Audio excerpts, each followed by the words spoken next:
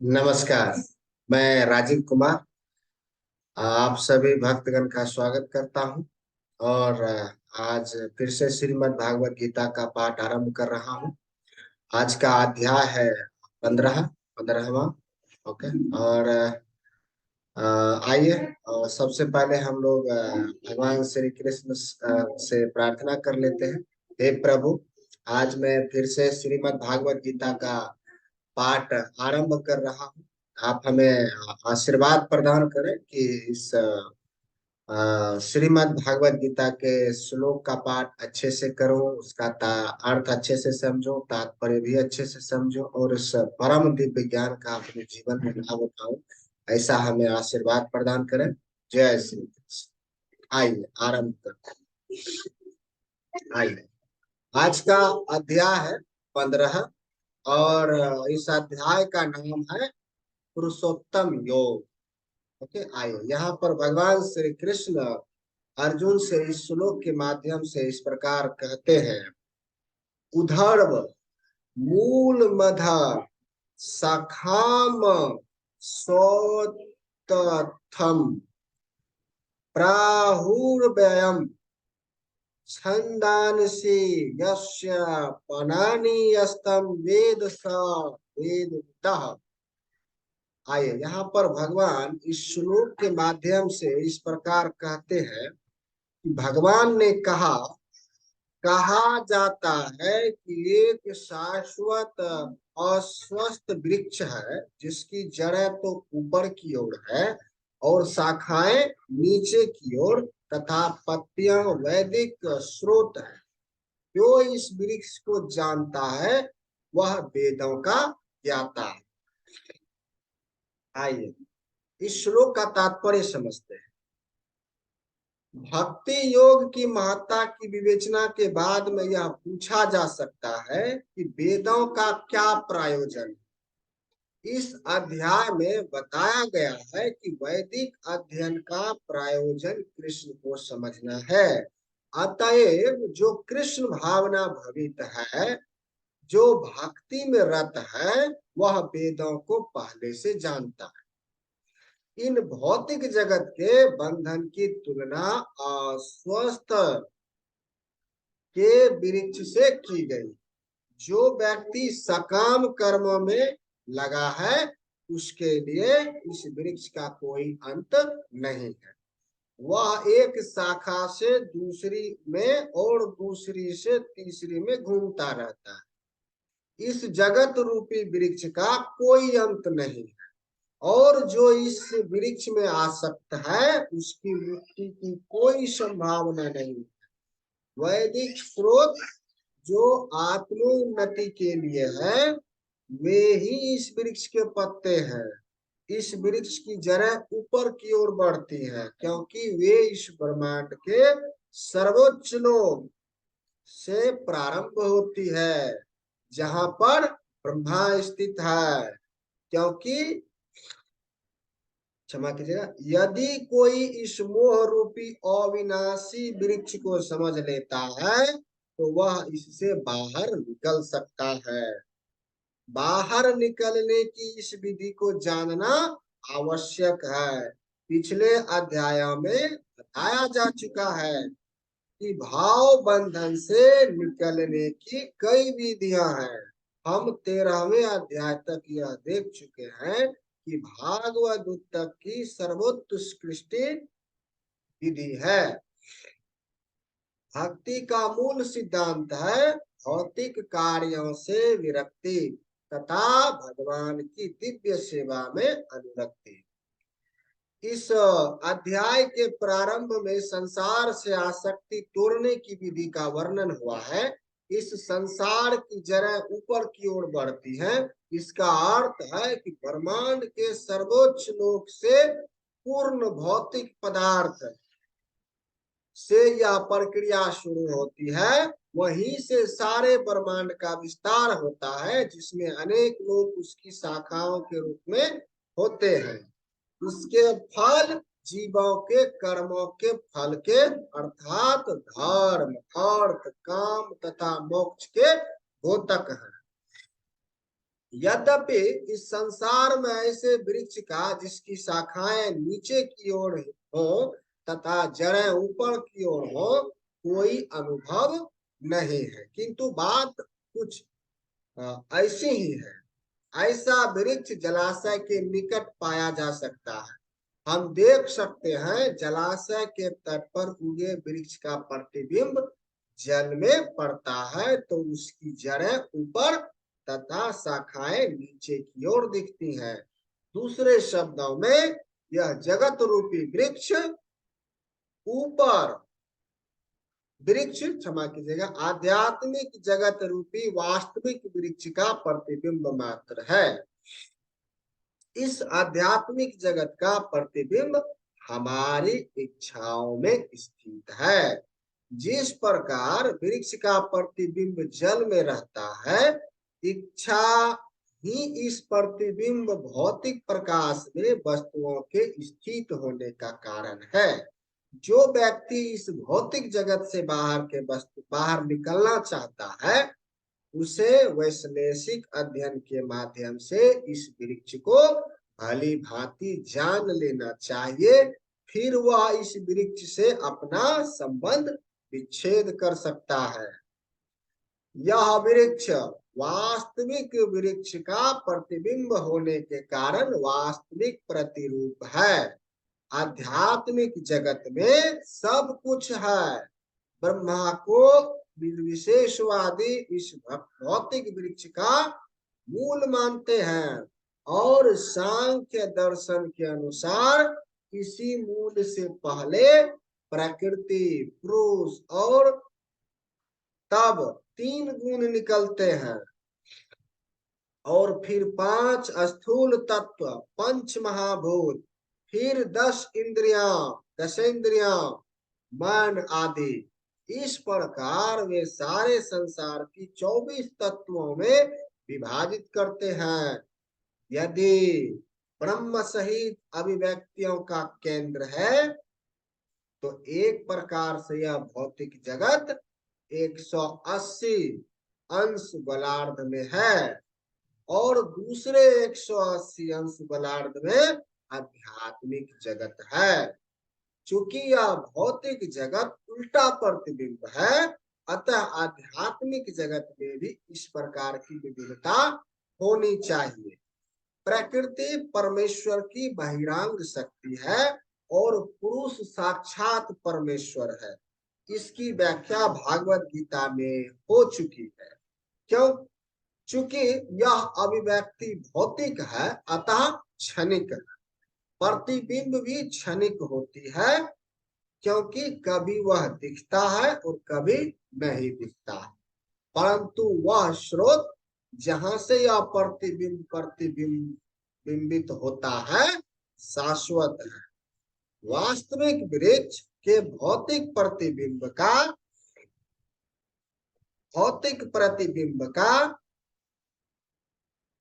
विच्छेदन करना होता है।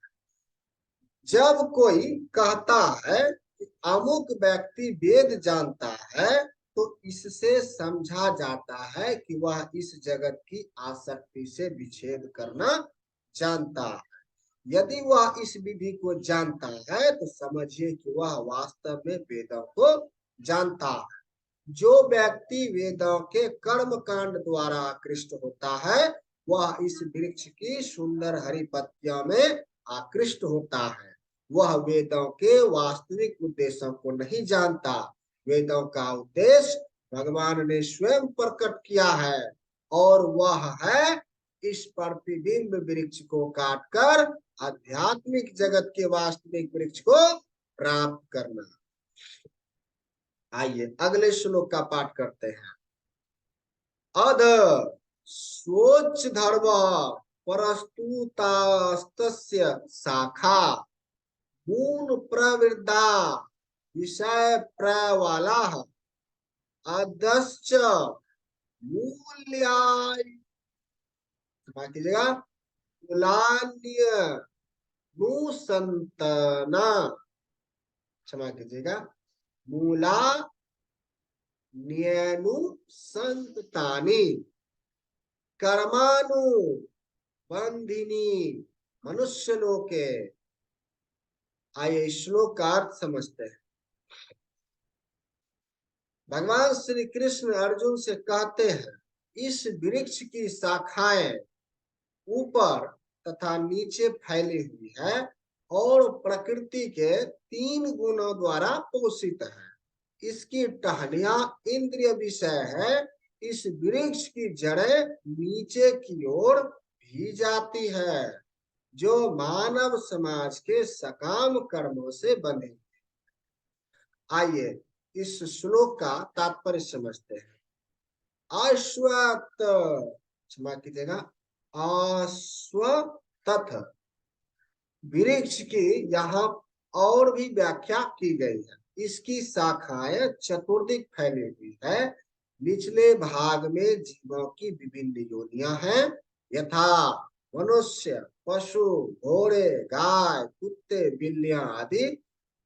ये सभी वृक्ष की शाखाओं के निचले भाग में स्थित है, लेकिन ऊपरी भाग में जीवों की उच्च योनियां हैं, यथा देव, गंधर्व तथा अन्य बहुत सी उच्चतर योनियां। जिस प्रकार सामान्य वृक्ष का पोषण जल से होता है, उसी प्रकार यह वृक्ष प्रकृति के 3 गुणों द्वारा पोषित होता है। कभी कभी हम देखते हैं कि जलाभाव से कोई कोई मुखंड वीरान हो जाता है, तो कोई खंड लहलहाता है। इसी प्रकार जहाँ प्रकृति के किन्हीं विशेष गुणों का अनुपातिक आधिक्य होता है, वहां उसी के अनुसार जीवों की योनियां प्रकट होती है। वृक्ष की टहनियां इंद्रिय विषय है। विभिन्न गुणों के विकास से हम विभिन्न प्रकार की इंद्रियों का विकास करते हैं और इन इंद्रियों के द्वारा हम विभिन्न इंद्रिय विषयों का भोग करते हैं। शाखाओं के सारे इंद्रियां हैं, क्षमा कीजिएगा, शाखाओं के सिरे इंद्रियां हैं, यथा कान, नाक, आंख आदि, जो विभिन्न इंद्रिय विषयों के भोग में आसक्त है। टहनिया शब्द रूप, स्पर्श आदि इंद्रिय विषय है। धर्म अधर्म की प्रवृत्तियां इन्हीं गौण जड़ों से उत्पन्न हुई मानी जाती है, जो चारों दिशाओं में फैली है। वास्तविक जड़ तो ब्रह्मलोक में है, किंतु अन्य जड़ें मृत्यु लोक में है। जब मनुष्य उच्च लोक में पुण्य कर्मों का फल भोग चुकता है, तो वह इस धारा पर उतरता है और उन्नति के लिए सकाम कर्मों का नवीनीकरण करता है। यह मनुष्य लोक कर्म क्षेत्र माना जाता है। आइए अगले श्लोक का पाठ करते हैं। ना रूपमेश्य तथोपलभ्यते, नानंतो न चार्दिनी च संप्रतिष्ठा, अश्वत्थमेनं सुविरूढमूल मसृणेन दृढेन छित्त्वा तथा पदम तत्परिमार्ग, क्षमा कीजिएगा, तत्परिमार्गतव्यम यस्मिन् गत्वा न निवर्तन्ति भूयः तमेव चाधम पुरुषं प्रपद्ये, यतः प्रवृत्तः परश्रिता पुराणी। आइए इस लंबे श्लोक का अर्थ समझते हैं। भगवान श्री कृष्ण अर्जुन से इस श्लोक के द्वारा इस प्रकार कहते हैं, इस वृक्ष के वास्तविक स्वरूप का अनुभव इस जगत में नहीं किया जा सकता। कोई भी नहीं समझ सकता कि इसका आदि कहाँ है, अंत कहाँ है या इसका आधार कहाँ है। लेकिन मनुष्य को चाहिए इस दृढ़ मूल वाले वृक्ष को विरक्ति के शास्त्र से काट गिराए, तत्पश्चात उसे ऐसे स्थान की खोज करनी चाहिए जहां जाकर लौटना ना पड़े, और जहां उस भगवान की शरण ग्रहण कर ली जाए जिससे अनादि काल से प्रत्येक वस्तु का सूत्रपात तथा विस्तार होता आया है। आइए इस श्लोक का अर्थ तात्पर्य समझते हैं। अब यह स्पष्ट कह दिया गया है कि इस अश्वत्थ वृक्ष के वास्तविक स्वरूप को इस भौतिक जगत में कोई नहीं समझ सकता, चूंकि इसकी जड़ें ऊपर की ओर है। अतः वास्तविक वृक्ष का विस्तार विरुद्ध दिशा में होता है। जब वृक्ष के भौतिक विस्तार में कोई फंस जाता है तो उसे ना तो यह पता चल पाता है कि यह कितनी दूर तक फैला है, और ना वह इस वृक्ष के शुभारंभ को ही देख पाता है। फिर भी मनुष्य को कारण की खोज करनी होती है। मैं अमुक पिता का पुत्र हूँ, जो अमुक का पुत्र है आदि। इस प्रकार अनुसंधान करने से मनुष्य को ब्रह्मांड प्राप्त होता है, जिन्हें गर्भोदकसाई विष्णु ने उत्पन्न किया। इस प्रकार अंततः भगवान तक पहुंचा जा सकता है, जहां सारी गवेषणा का अंत हो जाता है।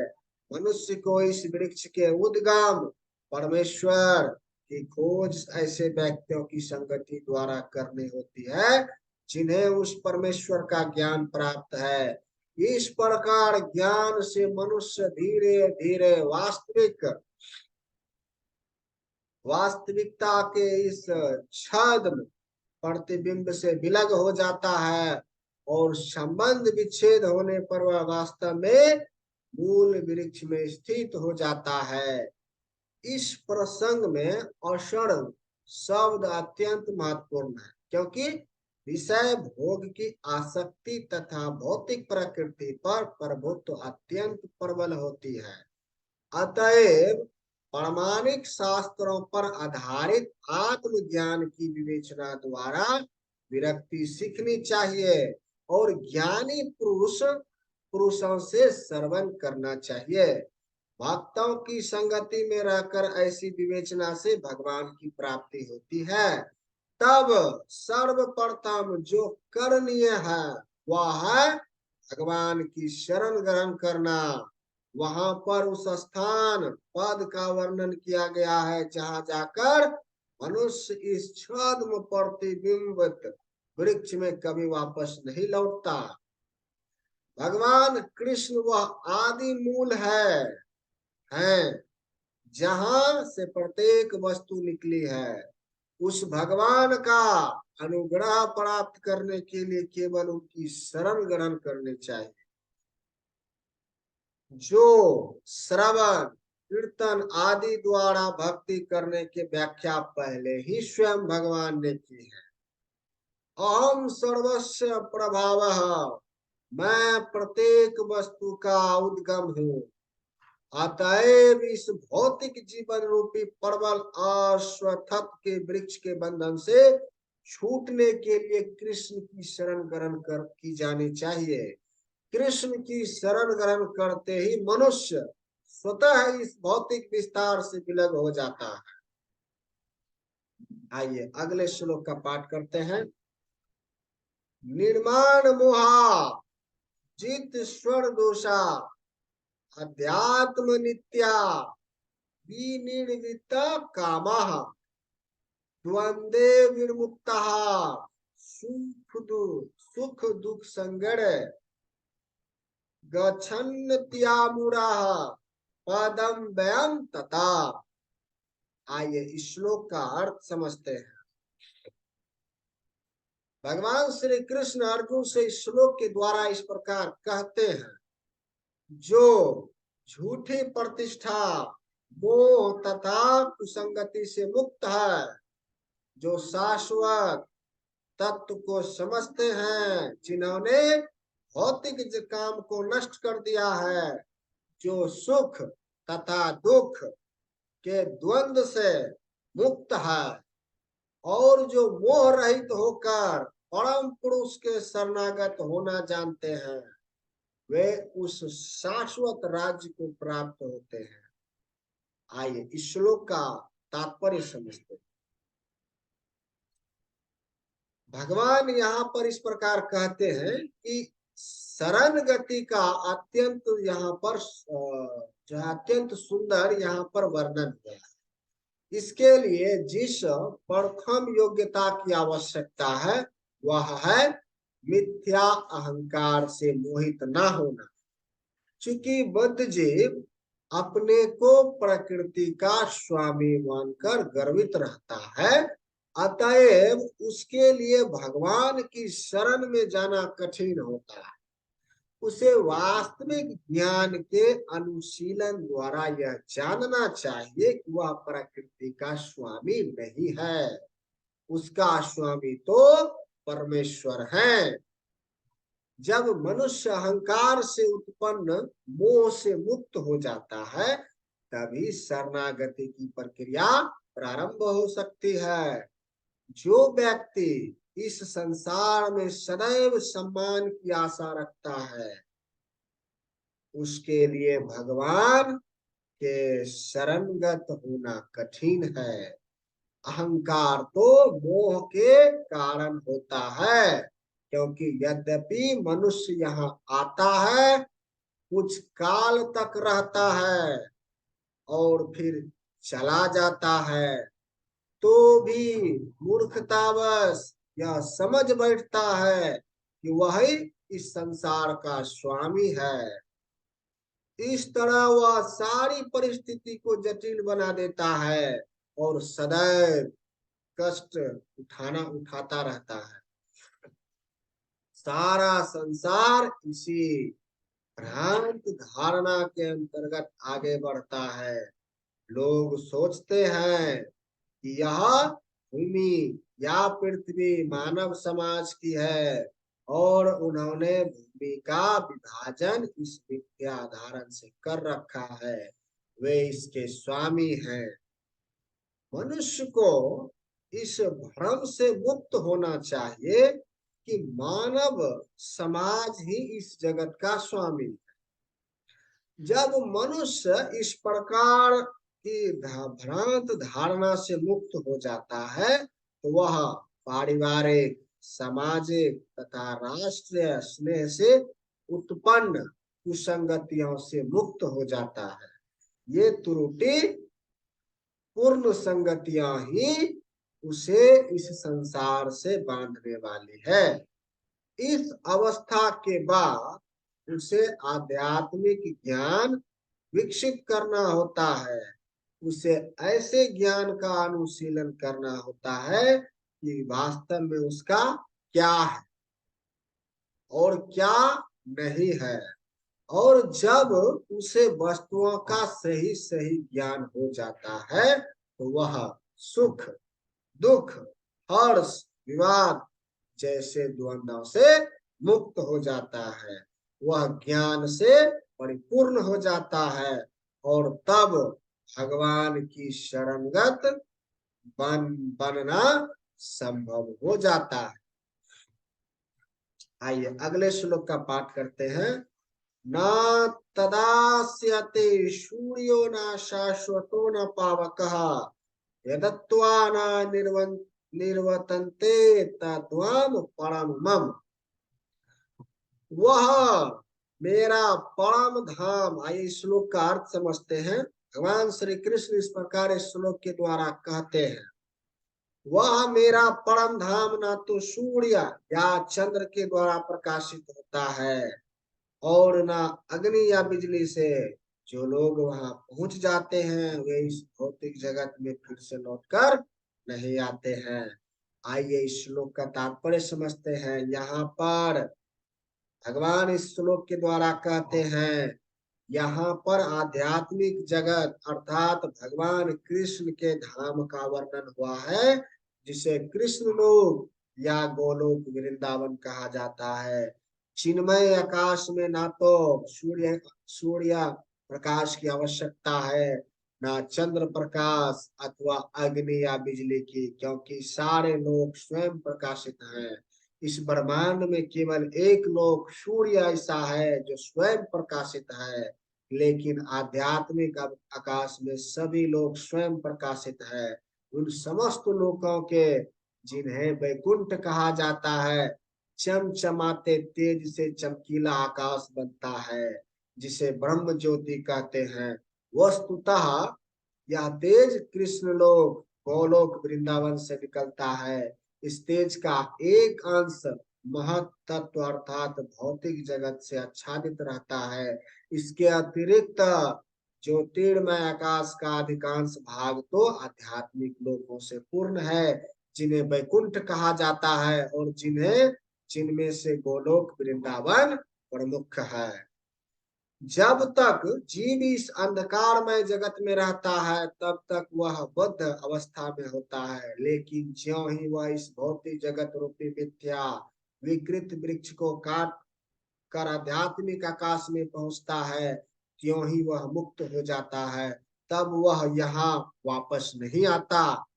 इस बद्ध जीवन में जीव अपने को भौतिक जगत का स्वामी मानता है, लेकिन अपनी मुक्त अवस्था में वह आध्यात्मिक राज्य में प्रवेश करता है और परमेश्वर का पार्षद बन जाता है। वहां पर सच्चिदानंदमय जीवन बिताता है। इस सूचना से मनुष्य को मुक्त हो जाना चाहिए। उसे उस शाश्वत जगत में ले जाए जाने की इच्छा करनी चाहिए और सच्चाई के इस मिथ्या प्रतिबिंब से अपने आप को विलग कर लेना चाहिए। और जो इस संसार से अत्यधिक आसक्त है, उसके लिए इस आसक्ति का छेदन करना दुष्कर होता है। लेकिन यदि वह कृष्ण भावना मृत की को ग्रहण कर ले तो उसे कर्म से छूट जाने की संभावना है। उसे ऐसे भक्तों की संगति करनी चाहिए जो कृष्ण भावना भावित होते हैं। उसे ऐसे समाज खोजने चाहिए जो कृष्ण भावना मृत के प्रति समर्पित हों, और उसे भक्ति करनी सीखनी चाहिए। इस प्रकार वह संसार के प्रति अपनी आसक्ति विच्छेद कर सकता है। यदि कोई चाहे कि केसरिया वस्त्र पहनने से भौतिक जगत के आकर्षण से विच्छेद हो जाएगा, तो ऐसा संभव नहीं है। उसे भागवत द्वितीय के प्रति आसक्त होना पड़ेगा। अतएव मनुष्य को चाहिए कि गंभीरता पूर्वक समझे कि 12वें अध्याय में भक्ति का जैसा वर्णन है वही वास्तविक वृक्ष इस मिथ्या अभिव्यक्ति से बाहर निकलने का एकमात्र साधन है। 14वें अध्याय में बताया गया कि भौतिक प्रकृति द्वारा सारी विधियां दूषित हो जाती है, केवल भक्ति ही शुद्ध रूप से दिव्य है। यहाँ परम मम शब्द बहुत महत्वपूर्ण है। वास्तव में जगत का कोना कोना भगवान की संपत्ति है, परंतु दिव्य जगत परम है और वहाँ 6 ऐश्वर्यों से पूर्ण है। कठोपनिषद में भी इसकी पुष्टि की गई है कि दिव्य जगत में सूर्य प्रकाश, चंद्र प्रकाश या तारागण की कोई आवश्यकता नहीं है। ना तत्र सूर्य भाति ना चंद्र तारकम, क्योंकि समस्त आध्यात्मिक आकाश भगवान की आंतरिक शक्ति से प्रकाशमान है। इस परम धाम तक केवल शरणागति से ही पहुंचा जा सकता है, अन्य किसी साधन से नहीं। आइए अगले श्लोक का पाठ करते हैं। ममे वंशो जीव लोके जीव भूत सनातन मन षष्ठानि इंद्रियाणि प्रकृति स्थानी करसति। आइए इस श्लोक का अर्थ समझते हैं। यहाँ पर भगवान इस श्लोक के द्वारा इस प्रकार कहते हैं, इस बद्ध जगत में सारे जीव मेरे शाश्वत अंश हैं। बद्ध जीवन के कारण वे 6 इंद्रियों से घोर संघर्ष कर रहे हैं, जिनमें मन भी सम्मिलित है। आइए इस श्लोक का तात्पर्य समझते हैं। इस श्लोक में जीव का स्वरूप स्पष्ट है। जीव परमेश्वर का सनातन रूप से सूक्ष्म अंश है। ऐसा नहीं कि बद्ध जीवन में वह एक विशिष्टत्व धारण करता है और मुक्त अवस्था में वह परमेश्वर से एकाकार हो जाता है। वह सनातन का अंश रूप है। यहाँ पर स्पष्टतः सनातन कहा गया है। वेद वचन के अनुसार परमेश्वर अपने आप को असंख्य रूपों में प्रकट करके विस्तार करते हैं, जिनमें से व्यक्तिगत विस्तार विष्णु तत्व कहलाते हैं और गौण विस्तार जीव कहलाते हैं। दूसरे शब्दों में विष्णु तत्व निजी विस्तार स्वांश है और जीव विभिन्नांश पृथकीकृत अंश है। अपने स्वांश द्वारा वे भगवान राम, नृसिंह देव, विष्णु मूर्ति तथा वैकुंठ लोक के प्रधान देवों के रूप में प्रकट होते हैं। विभिन्न अंश अर्थात जीव सनातन सेवक होते हैं। भगवान के श्वास सदैव विद्यमान रहते हैं। इसी प्रकार जीवों के विभिन्न अंशों के अपने स्वरूप होते हैं। परमेश्वर स्वतंत्रता, क्षमा कीजिएगा, परमेश्वर के विभिन्न अंश होने के कारण जीवों में भी उनके आंशिक गुण पाए जाते हैं, जिनमें से स्वतंत्रता एक है।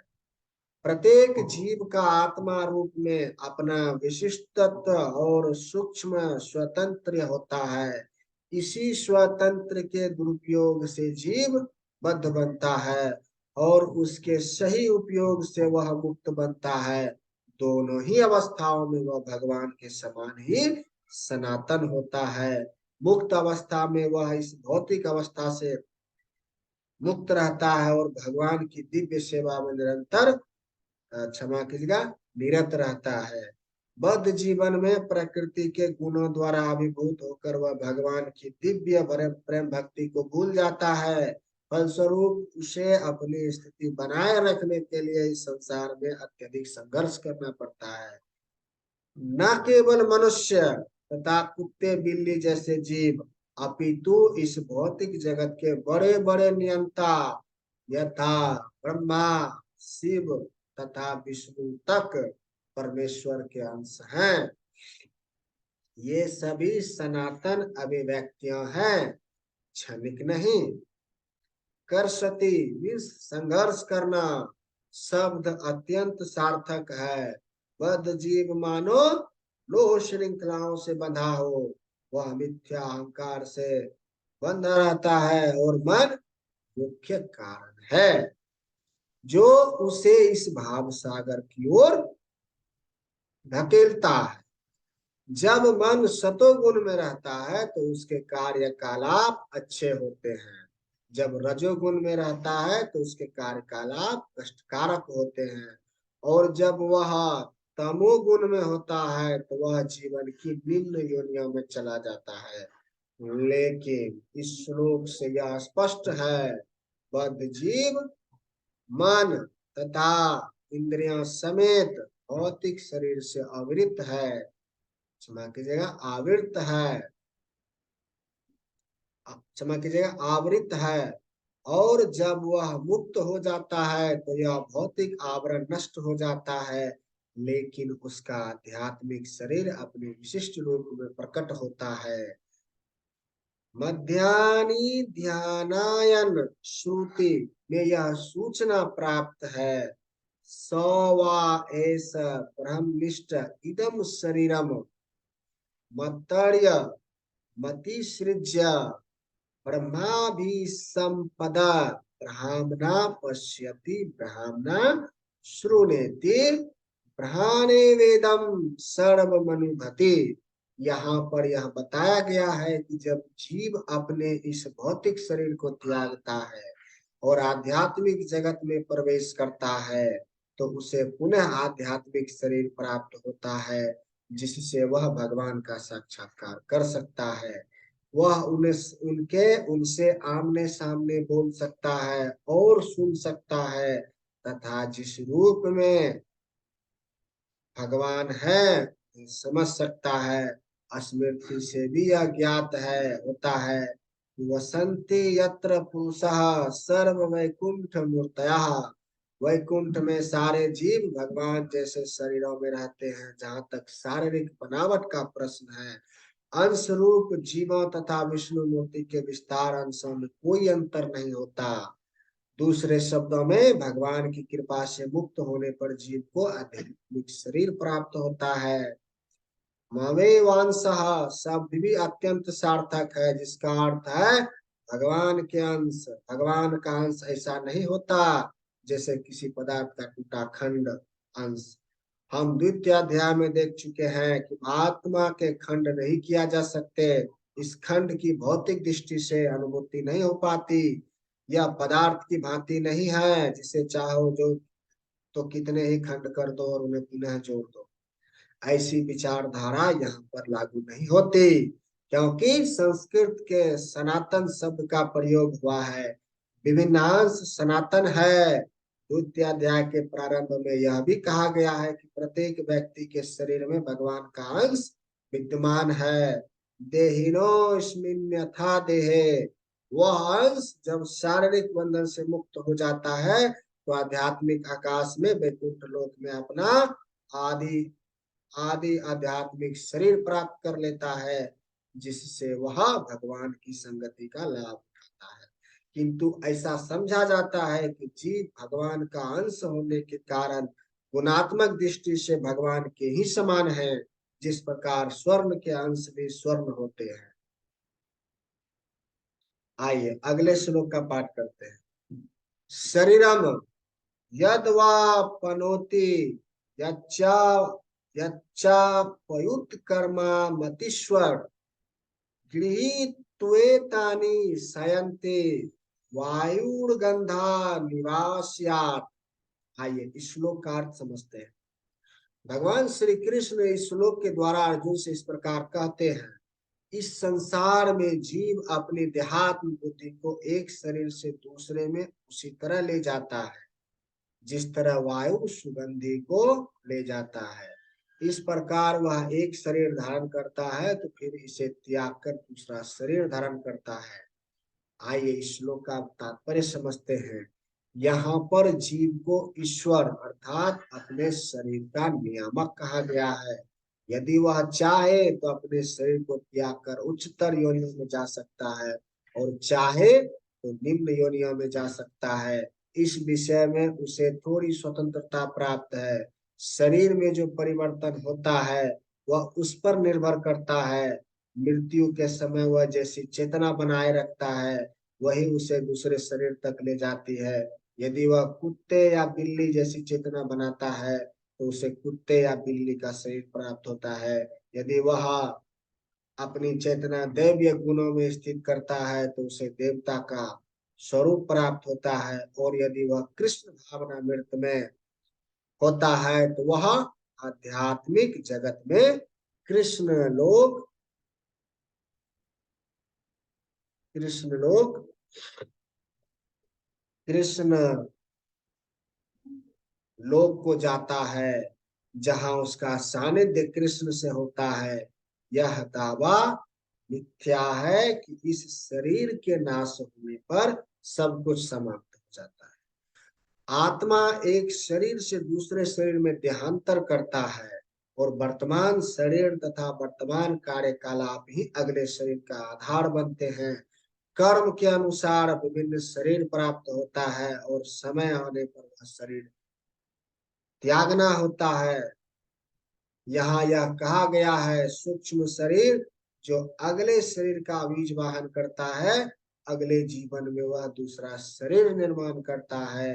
एक शरीर से दूसरे शरीर में देहांतर की प्रक्रिया तथा शरीर में रहते हुए संघर्ष करने को कर्षित अर्थात जीवन संघर्ष कहते हैं।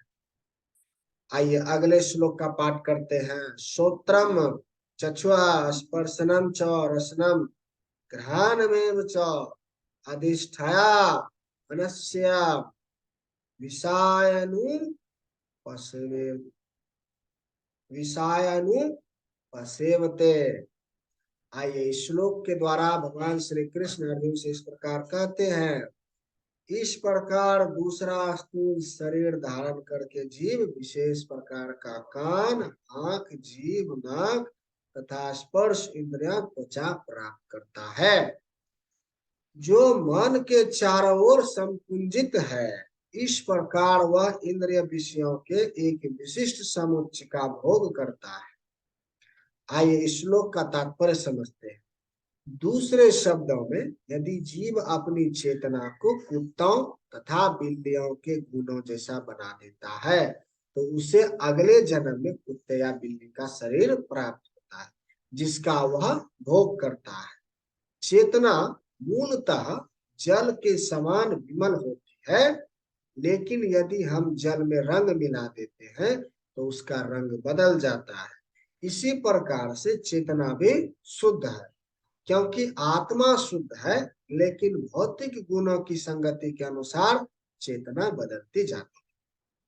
वास्तविक चेतना तो कृष्ण भावना मृत है, अतः जब कोई कृष्ण भावना मृत में स्थित होता है तो वह शुद्धतर जीवन बिताता है। लेकिन यदि उसकी चेतना किसी भौतिक प्रवृत्ति से मिश्रित हो जाती है तो अगले जीवन में उसे वैसा ही शरीर मिलता है। यह आवश्यक नहीं है कि उसे पुनः मनुष्य शरीर प्राप्त हो। वह कुत्ता, बिल्ली, शुकर, देवता या 84 लाख योनियों में से कोई भी एक रूप प्राप्त हो सकता है। तो भक्तगण, आइए आज का पाठ यहाँ पर समापन करते हैं और अगले दिन यहाँ से फिर से आरंभ करें। तो उससे समापन करने से पहले आइए भगवान श्री कृष्ण का धन्यवाद करते हैं कि हे प्रभु, आपने हमें श्रीमद् भागवत गीता का पाठ करने में हमारी सहायता की। मैं आपका धन्यवाद करता हूँ और मैं साथ ही क्षमा मांगता हूँ कि त्रुटिवश अगर मैं श्लोक का पाठ अच्छे से नहीं कर पाया, उसका अर्थ अच्छे से नहीं पढ़ पाया, उसका श्लोक का तात्पर्य अच्छे से नहीं समझ पाया या नहीं सुन पाया, तो आप हमें उसके लिए क्षमा कर दें और आप हमें आशीर्वाद प्रदान करें कि मैं इस श्रीमद् भागवत गीता का पाठ अच्छे से करूं, इसका श्लोक का पाठ अच्छे से करूं, अर्थ अच्छे से समझूं और तात्पर्य अच्छे से समझूं, और इस परम दिव्य ज्ञान का अपने जीवन में सदुपयोग एवं लाभ उठाऊं। जय श्री कृष्ण। हरे कृष्ण हरे कृष्ण कृष्ण हरे हरे, हरे राम राम राम हरे हरे। जय श्री कृष्ण। राधे राधे।